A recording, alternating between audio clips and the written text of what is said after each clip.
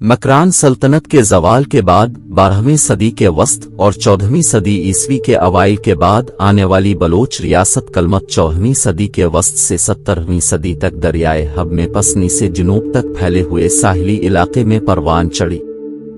उन्होंने समुद्री तिजारत में बढ़ चढ़कर हिस्सा लिया और कलमत एक खुशहाल रियासत बन गई और हब और सिंध की वादियों में कलमती कबीले की मजीद पेश कदमी के लिए एक मजबूत मरकज के तौर पर काम किया। इस ममलुकत पर बलोच सरदारों की हुकूमत थी जिसका लक़ब मलिक और ताल्लुक खूब मलीर से था। बलोच कन्फेडरेशन ऑफ होत का कलमत ताकतवर हो गया था। एक साहिली रियासत के तौर पर उसने अपनी समंदरी तिजारत को वसअत दी और बलूचिस्तान के पूरे साहिल को समंदर तक भी मुतासिर किया। 13वीं से 16वीं सदी तक मंगोल और तैमूरी हमला आवर नहीं थे। सहरा और शदीद गर्मी ने कलमत की सल्तनत को एशियाई हमला आवरों से बचाया। असल में ये होत हैं, लेकिन मकरान में कलमत के मकाम पर उनकी आज़ाद रियासत की वजह से उन्हें कलमत्ती कहा जाता है। मीर जलाल खान की वफात के बाद इसके सबसे छोटे बेटे मीर होत ने मुल्क पर कब्जा कर लिया, जो 16वीं सदी के वस्त तक कायम रहा। इसके बाद रियासत मलिक खानदान की हुकूमत में आया। मलिक खानदान की नस्ली शनाख्त के बारे में कुछ मालूम नहीं है। तारीख दान मार्को पोलो ने मकरान में एक आज़ाद मलिक खानदान का जिक्र इन अल्फाज में किया, कैच मकरान एक ऐसी ममलुकत है जिसका अपना एक बादशाह, जिसकी एक मखसूस ज़बान है। ऐसा लगता है कि पहले बलोच रियासत के उरूज के साथ मुल्कों ने बलोचों की बालादस्ती को कबूल कर लिया, जो 16वीं सदी के वस्त तक जारी रहा। मकरान के सबसे मुअज़्ज़ज़ और मशहूर मलिक हुक्मरान मलिक सईद, मलिक ताजदीन, मलिक बदर, मलिक जाहिद, मलिक दीनार, मलिक जलालदीन, मलिक मुजफ्फर और मलिक कच को थे। मलिक के दौर हुकूमत में रियासत मकरान की सरहदें मशरकी ईरान में मनाब के करीब मुल्क चेदिक तक फैली हुई थीं। तारीख दान रास ने लिखा है कि मकरान ने अपनी आबादी में इजाफा करते हुए उनके जेर असर अपने उरूज को हासिल किया। 17वीं सदी में मलिक खानदान की जगह बुलेदी बलोच ने ले ली।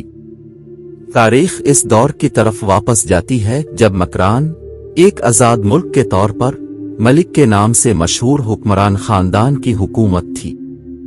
उनके मुताबिक आईनी तौर पर यह एक वाहिद रियासत थी, लेकिन कई आम हुकूमतों और सूबों में मुनक़सम थी, जिनमें से हर एक में मलिक की हुकूमत थी, जिनके पास अपने सूबे में मुकम्मल इक़्तिदार था।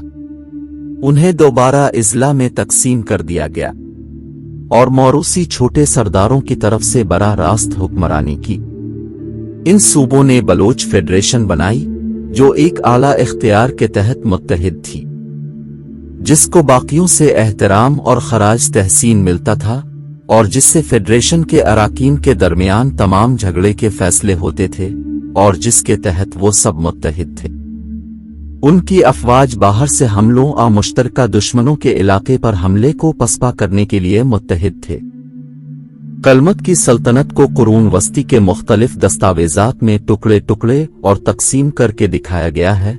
बुनियादी तौर पर तारीख रिवायती बलोच दास्तानों में महफूज है और चौखुंडी के मकबरों में भी हुक्मरानों के नामों के मतन के साथ साथ 17वीं सदी के सिंधी मौर्रिखीन उसके बारे में मालूमात देते हैं।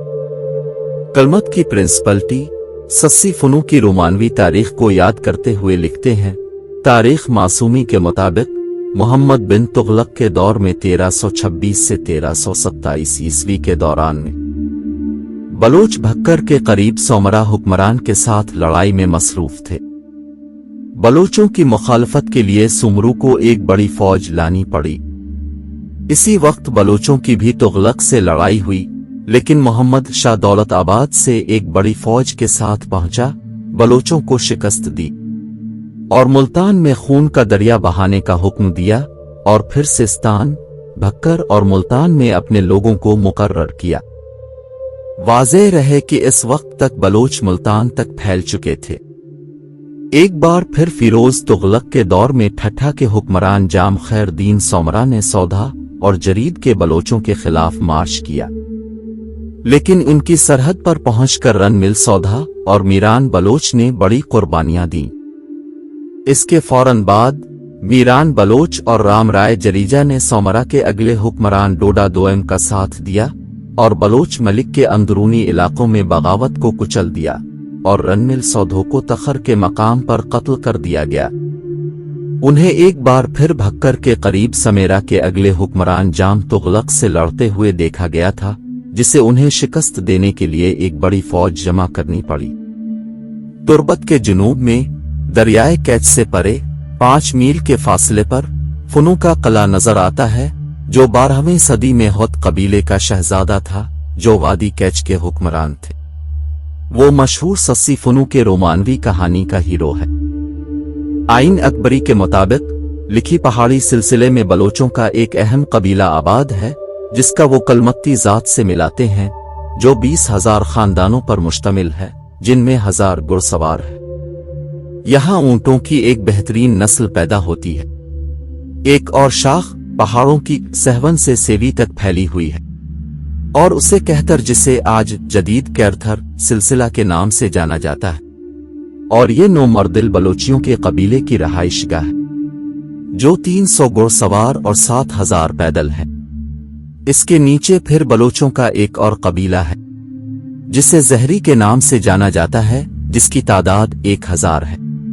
नीज मुअर्रिख ने 1475 में बलोच इस्माइलियों के बारे में लिखा है, जिनकी 40,000 फौजें थीं और वो सामा खानदान के साथ जंग कर रहे थे।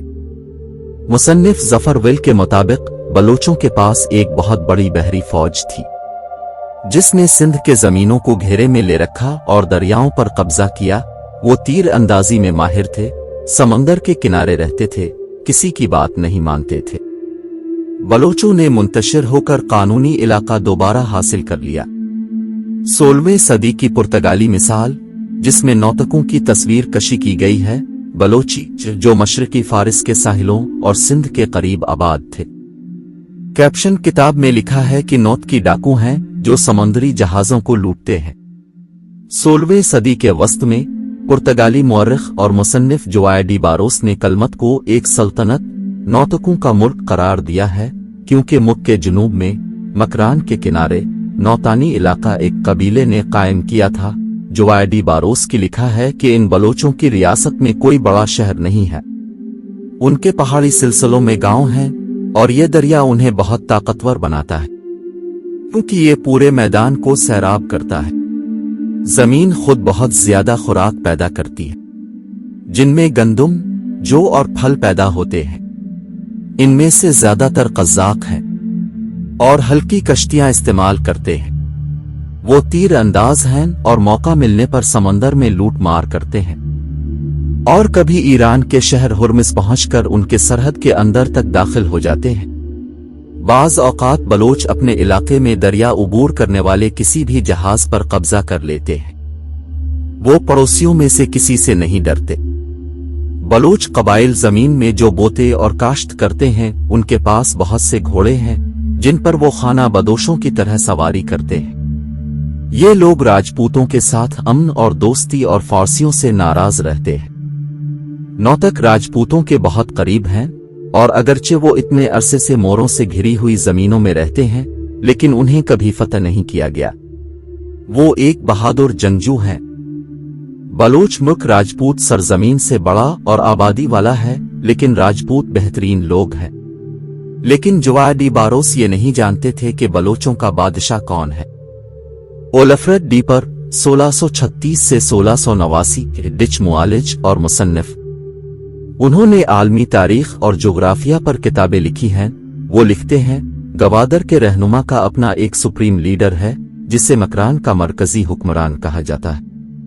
16वीं सदी में बलोची मुल्क का दौरा 1550 की दहाई में उस्मानी एडमिरल सैयद अली रईस ने भी किया था और उसका तज़किरा अपनी किताब मीरात अल ममालिक का आईना 1557 में मिलता है। सैयदी अली रईस के मुताबिक गवादर के बाशिंदे बलोच थे और उनका सरबरा मलिक दीनार का बेटा मलिक जलालदीन था।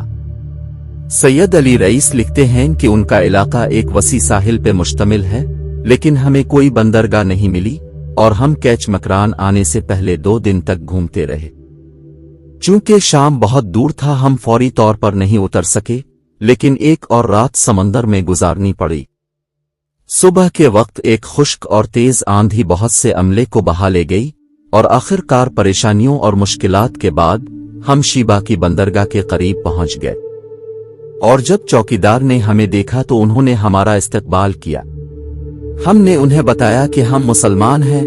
इस पर उनका कप्तान हमारे जहाज पर सवार हुआ।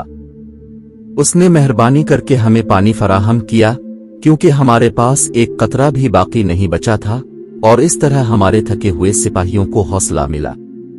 ये खुशकिस्मती का दिन था और हमारे लिए, जैसा कि अब हमें पानी मिल गया था, दोहरी ईद का दिन था। मस्कूरा कप्तान की मदद से हम गोडोर यानी गवादर की बंदरगाह में दाखिल हुए। वहां के लोग बलूचिस्तानी थे और उनका सरदार मलिक दीनार का बेटा मलिक जलालदीन था। गवादर के गवर्नर हमारे जहाज पर सवार हुए और हमें अपनी शानदार और गैर मुतज़लज़ल अकीदत का यकीन दिलाया। उसने कहा कि आज अगर किसी वक्त हमारा बहरी बेड़ा मौजूद होता तो वो 50 या 60 कश्तियां भेजेगा ताकि हमें सामान फराहम किया जा सके और हर मुमकिन तरीके से हमारी खिदमत की जा सके। हमने मकामी शहजादा जलालदीन को एक किश्तीरान तलब करने के लिए एक खत लिखा, जिस पर एक फर्स्ट क्लास किश्तीरान हमें इस यकीन दहानी के साथ भेजा गया कि वो पूरी तरह से काबिल भरोसा है और हमारे मुफादात से पूरी तरह वाकिफ है। बलोच रियासत ने उस्मानी खलीफा की बालादस्ती को तस्लीम किया और मजीद ताउन का वदा किया। लुइस की कमान में पुर्तगाली उस्मानियों के ताक़ुब में नाकाम रहे। बलोचों ने उस्मानियों के इत्तेहादी बनने के बाद तुर्कों का भरपूर दिफा किया। लोहस ने बलोचों के कई शहर तबाह किए और कई घरों को जला दिया, लेकिन बलोचों को कभी उस्मानी खलीफा की तरफ से हिमायत नहीं मिली। करखान खानदान के दौर हुकूमत में मिर्जा मोहम्मद सालेह, जिसने अपने वालिद मिर्जा ईसा से तमाम इख्तियारात ले लिए थे और ठट्ठा पर लापरवाही से हुकूमत की थी, उन्होंने कलमत्ती बस्ती पर हमला किया, जिसके नतीजे में औरतों और बच्चों का बेरहमाना कत्ल आम हुआ। मुरीद खान कलमत्ती चीफ, जो उस वक्त गुजरात में थे और जिनके वालिद और खानदान और दीगर अफराद मारे गए थे, इसने दिन की रोशनी में मिर्जा सालेह को अकेले कत्ल करके नुकसान का बदला लेने का अज़्म किया। उसने अपनी बात पूरी की। मौका पाकर मिर्जा पर हमला किया, जो उस वक्त अपने घोड़े पर सवार था, और इसे शदीद जख्मी कर दिया। मिर्जा ने इसी दिन 23 शाबान 970 हिजरी को वफात पाई।